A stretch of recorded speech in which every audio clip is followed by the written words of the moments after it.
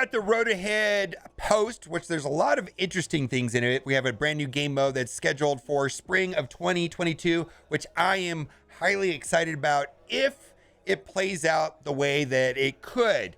But that's also assuming that it works out the way that I think it could. We're assuming a lot there. We have a lot of information that I think is kind of like RTA changes, not look good to me. We'll have to see. Jury's out on that. But let's just go over the blog post, and then you can decide what you think. The 2021 second half preview. Greeting Marvel Strike Force fans. Certainly been a lot of happening in the game in the Marvel Universe in the first half of 2021. Also spent a lot of time reading feedback from you, the players, and using to make the experience with MSF even better. When I read that, I was like, you asked for this. I don't know. It's funny, too. Today, we want to pull back the curtain a bit and talk about some of the content and features that we're working on in the second half of 2021. Provide a little bit of preview. We're planning in early 2022. Please keep in mind that these dates can shift and that everything mentioned here is generally subject to change. Yeah, these are just bullet points on things that they're currently working on. Because it's a fluid environment, game development. There's setbacks, delays, and things like that. Player journey. Behind the scenes, the dev team has been talking about how several updates can happen in succession over the coming months. We came to call this the player's journey, as we're metaphorically setting players down a path that has checkpoints and goals. As you read this section, keep in mind these topics best looked at the narrative rather than individual beats. All right, so we're going to talk about T2 ISO Blue. We recently released the T2 ISO 8 in the game, and there's a reward for the Doom raids and some limited time offers. While this in itself is not new, this is essentially the beginning of a journey and leads directly into subsequent chapters. And someone on Reddit was saying it's kind of annoying. Two things about the ISO 8 system is that the pieces that you get are random, and you get stuck with more of one piece than another, and then you just run into an ion problem no matter what. And you're kind of forced to spend on the ion thing. Player level 85. Now, they say they're going to release player level 85 before they do the teal gear tier 16. I guess it's not going to be orange, it's going to be teal. Get ready to earn XP, improve your commander's levels up to 85. I made mention of this in a recent blog post, and plans to further infuse more gold in the economy, kind of. It seemed like a nominal amount. Help ensure that your progression feels good. On top of the recent infusion of gold, economy leveling up should feel so satisfying. Well, I don't know. I mean, what's a lot of gold? What's not a lot of gold? It's up to the debate. I think they think we get a lot of gold. I don't think that, but we did get two recent kind of overlooked basically boosts of gold. In the monthly calendar for the month of August, on day 28, we got 1.84 million. And then also in the monthly mercenary event, there is, it used to pay 800,000 for the last tier times 3. Now it's 1.2 times 3. Fine. Every little bit helps. I'm just not sure that it's a lot.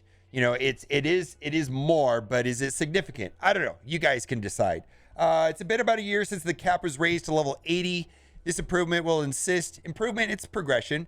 Will assist in getting through some of the challenges that are particularly daunting. Unlike the level cap increase last year, the next iteration of gear tier will come at a later date. So they're going to do level 85 before they do gear tier 16.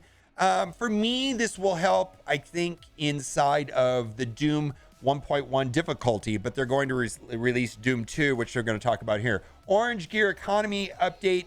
We will be increasing the availability of Orange Gear pieces, paying particular attention to the unique pieces that have been rather hard to come by. And I'm assuming that this is the Gear Tier 13s, which is, alien spores. My goodness. This has been one of the more frustrating bottlenecks in the game that I can remember for a while. It seems like we've had some relief on some bottlenecks. For me personally, I've noticed that it seems that training materials is not as bad as it was. Purple gear is not as bad. Gear 13s is still pretty hard to come by, and so is gold. Gear tier 16, and it's going to be teal. So it looks like the Russian post that we got earlier this week from the Russian Discord server was accurate. The next level of power will be available of your roster with gear tier 16. Instead of being another iteration of orange gear, we're breaking the tradition, starting the next color of gear teal. So they normally went through 4 sets. Like there's 4 versions of purple. We've had 3 oranges, and we thought we were going to have a 4th orange. They're kind of breaking it up a little bit, which is interesting. By moving to this color tier, we can increase accessibility to certain orange gear and help players to get features like DD4 faster. The teal tier will also have a slightly simplified structure, make it easier to track which pieces need in the future. Now, looks like they're going to initially lock probably gear tier 16 behind the Doom raids. And of course, money. I mean, they always will monetize it. But anyways, this is one of the primary ways to earn gear tier 16 teal, which is going to be the requirement to get into DD5. ISO 8 requirements for the characters enter will still be the same as they are right now for Doom. Basically, you got to have green ISO 5 or be inside of the first stage of ISO 8 blue 1. And that trait requirements will mirror Doom Raid 1 exactly, so you can build the same characters and teams. The rewards available here are getting progress towards the T2 ISO 8, but the exact details are still being working on. Dark Dimension 5. Dark Dimension 5. All right. The first 4 chapters of Dark Dimension have been leading up to this moment. The epic 5th chapter of Dark Dimension will have a requirement of gear tier 16, which we're going to get through Doom difficulty 2. Wow. And certain character traits. And the character traits, my understanding is that this is going to be, when they mean character traits, they mean that is similar to that of DD4, but we'll see. There may be some additional requirements still to be finalized, and we will share the full details at a later date. Should you succeed in these monumental quests, you will harness the incomparable power of the cosmic conqueror Dormammu to add to your roster. This is concept up. So this is the villain in Doctor Strange. My understanding he's a playable character in Marvel Future Fight and Contest of Champions. So that's pretty cool. We're going to get a playable character. I think that was a big miss on DD3 not having a character tied to DD3. It just feels bad. I think having a character tied makes a difference. Even though some people were unhappy with Doom, he's still quite an important character even today in his own way. Improvements, Alliance War. Okay. While this feature continues many players' favorite game mode, it's mine. We understand the desire to keep things fresh.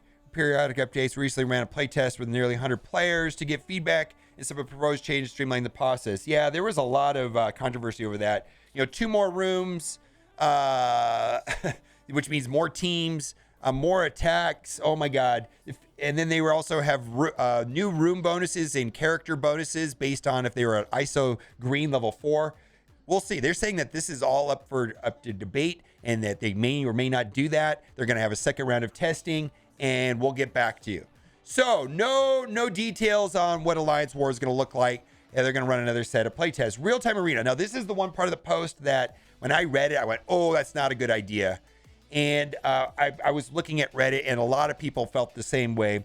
This is another feature which we're looking to streamline the experience. Here's a list of improvements we're making in the coming months. Reducing the initial load timer from 160 to 75 seconds. Yes, that's great. That's fantastic. Bans will include role and origin dates, additional and individual characters. Okay, that means that they can have many more characters banned. Making objectives based on KOs and wins rather than ability traits. Okay, right now, I think there's a huge problem with power creep in specific teams. And if you go into RTA, you could just say, wow, Kestrel and Infinity Watch, right? And when you see the loading screen show up and you can see who the teams are, you already know who wins just by what shows up. And if you don't have Kestrel and you don't have Infinity Watch and your opponent does, how long is it going to take for you to get KOs and wins? I can't imagine this is going to be good if they're going to continue on this path of insane power creep. I don't think this is going to be good. But at this point, RTA is so screwed up and terrible, in my opinion. I welcome them to change and try anything. It's fine. You know what I mean? Let's just see, because it's already terrible, is my opinion. And I'm willing to try something new at this point because it's so horrible. And I have my reasoning for that. A bit later, we're planning an update that may include improvements on how progress is made in the RTA Battle Pass, improved matchmaking. Okay, and then I want to double down on this matchmaking. Matchmaking is a problem, not only in RTA, but it's also at matchmaking in Alliance Wars. And when we get down to the bottom, we're going to talk about this new Grand Tournament, which seems to mirror Grand Arena Championship in Galaxy of Heroes. And that's going to come down to matchmaking as well. We're very interested in see how your changes, your experience. We'd very much like to hear your feedback when the updates are live. We'll continue to monitor this feature, and there will be additional changes in the future. Economy. We've made numerous improvements to the availability of resources across the board in the first half of 2021 and continue this thread the second half of the year. We want to ensure that your character roster progression still feels steady and rewarding. And seriously, gold still seems to be a problem. But anyways, quality of life improvements, save squads. Yeah, I don't think we should applaud this. This should have been in the game a long time ago. This is like going into McDonald's and saying, "Do you have French fries?" And the manager says, "Yes, we have French fries," and we get excited. We should have save squad tabs. Like, it should just be a thing. Like, it shouldn't be like anything to celebrate. We mentioned the first preview blog of 2021, but it is slightly delayed. We're happy to announce that nearly here, and we can share some of the details about it. In addition to the 40 save squads currently have, we'll be adding 4 tabs. Cool. We needed this such a long time ago. So 160 total and then they explain the unlocking. Fine, let's just do it already. Like, this is like having French fries at McDonald's. I don't understand why this wasn't in the game day one. Like, it seems so absurd to me, right? Auto basic combat, and I got some clarification on this. This is going to work out the way that it should work. This is a highly requested, and we're definitely excited to deliver it. Turning on the advanced option will give you a second option in auto combat to instruct your character only use basic attacks. So basically, you're going to have to go into advanced option, turn it on. Then when you're in, let's say, a raid, because that's when you're going to use this as a raid. When you hit auto, you're going to have 2 options. You're going to have auto basic and the normal auto. And so that's going to make a big difference, for example, on timeout teams like symbiotes. And where you, in the first part of the raid, you definitely want it on full auto, or else you might time out. But then when you get towards the last minute or so, like when the teams are winding down, you want to put it on auto basic. That way you can save your special and ultimate abilities for later nodes that are more difficult. So yeah, this is going to be a big deal. Again, I feel like this should have been in the game a long time ago. Let's move on. Sort by character level. Again, I feel like this should have been in the game a long time ago. Expanding API features. Now, a lot of people say, what do I care about API? And API gives the ability of having my roster directly uploaded to like a website like MSF.gg. I think there's 2 big benefits to the community if they can get this up and running. And the first one is going to be able to go to a website like MSF.gg and get this data on Maria Hill. Now, this data was compiled off of 199 players. So is that data good? I think it'd be better with a higher sample base, right? Where I can go and say, okay, 5,000 people did it this way, and then you can make your own decision. And the way that API helps this is that they can get the data directly from the game rather than user-provided information or using third-party web software like Mantis. The second benefit, in addition to be able to find good information like this right here that's more accurate, the second benefit is definitely going to be for recruitment.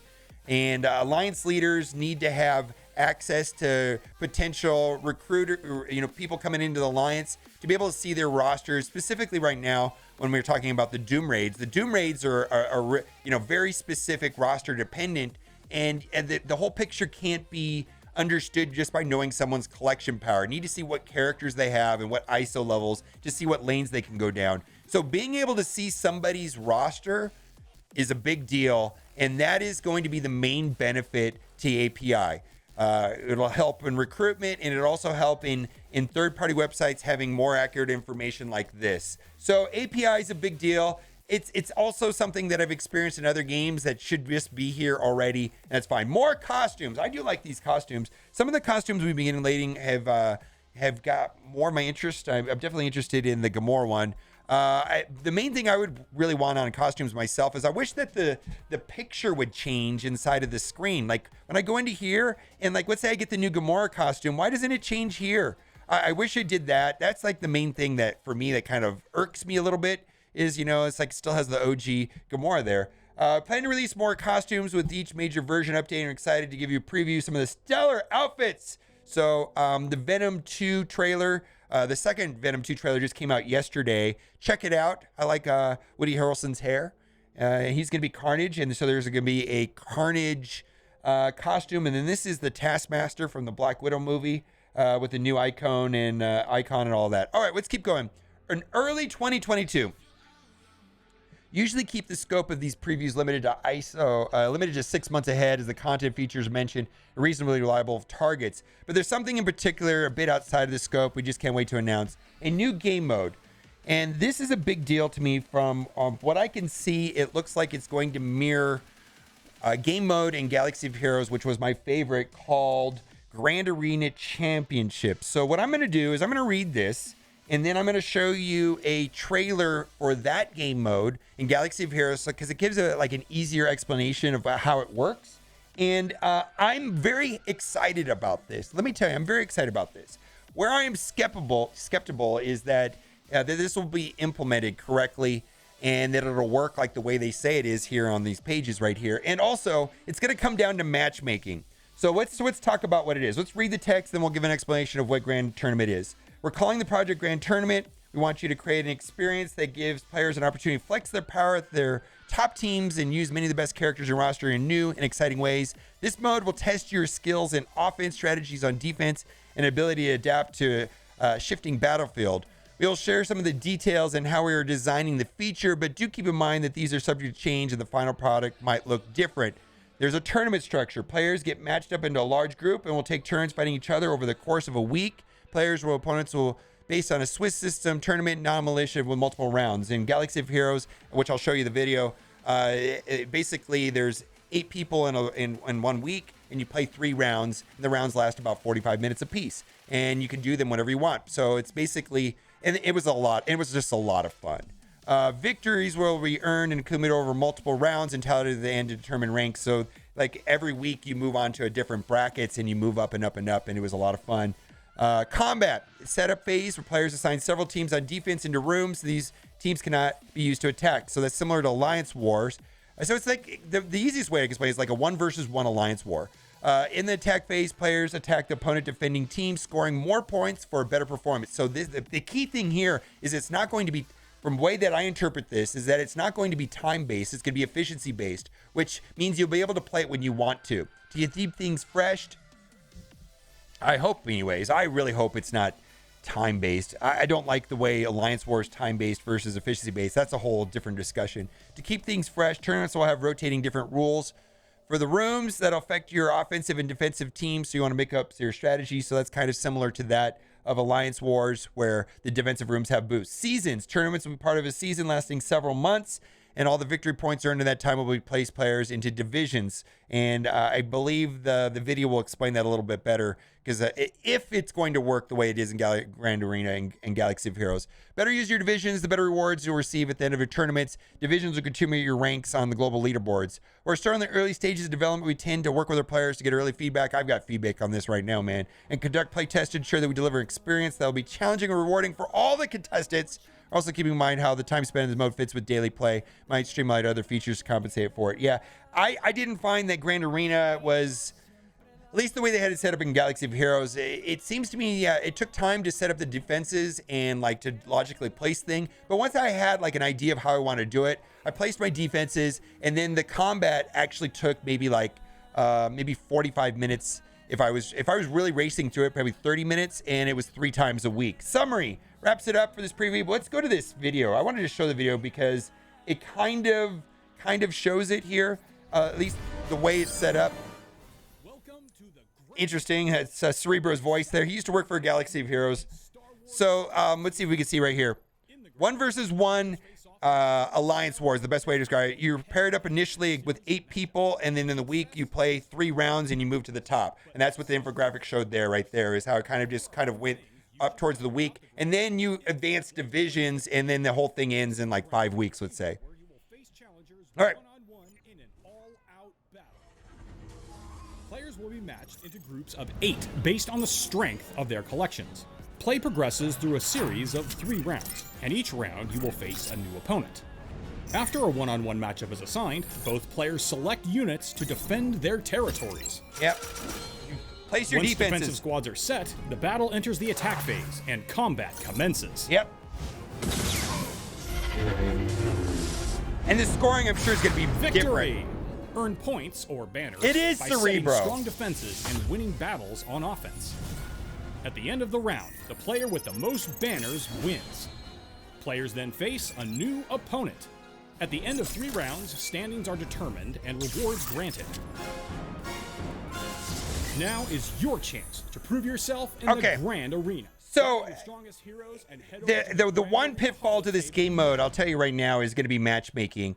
And I'll give you an example of how matchmaking can go sideways on this. Is like, when this game mode came out in Galaxy of Heroes, in Star Wars Galaxy of Heroes, it was like TCP versus TCP. And the problem with that is that you're probably only going to use your 80 characters, the top 80 characters in your roster. And so if you've developed the bottom half of your roster significantly, like if you're a veteran player versus a brand new whale, I guess like if you compared like my roster to like Philosopher's roster, like if you look at the bottom part of Philosopher's roster, it's very lean. He's got probably Ravager Stitcher at level 1. He probably has Ravager Boomer at level 1, where I don't. And if I was paired up against Philosopher's roster, he would probably win, even though I have a larger collection power. And so Galaxy of Heroes had this problem, and then they eventually streamlined it so that the matchmaking only accounted for your effective roster, maybe like your top 80 characters of your roster is what it was paired up to. So this game mode absolutely will catastrophically fail if matchmaking is done wrong or incorrectly or it's poorly conceived. So that is something that I'm worried about. Hopefully they get that right. I know it didn't work correctly in Galaxy of Heroes until they fixed it, but it took them months before they got it right. In summary, that wraps up for the preview. We're working on even more updates and improvements. We will continue to keep you updated in the status of these topics or weekly updates. So they have a blog post every Friday, and they say thank you very much. So what do you think about all this? I got to tell you, I think a lot of people are upset with the game right now, and I think a lot of people are probably skeptical that these things will be implemented in a way that is good for the community. And it's a lot of people are probably going to say that it's too little, too late. For me, this particular game mode, and I'm biased, of course, was just like the best thing ever. I really, really, really enjoyed this game mode in Galaxy of Heroes, and not everybody liked it. There were certain players that just didn't care for it. And the other thing, too, I want to say is I never played that game mode in Galaxy of Heroes with Galactic Legends, so I couldn't tell you what that experience was like when they had that power creep with Galactic Legends. Maybe it wasn't fun, but it was my favorite part of the game. Absolutely. Let me know what you think in the comment section about all this stuff. Does this change your opinion of the game at all, for the better or for the worse? I'd like to know. Let me know in the comment section. And as always, thanks for watching and keep on gaming. Bye.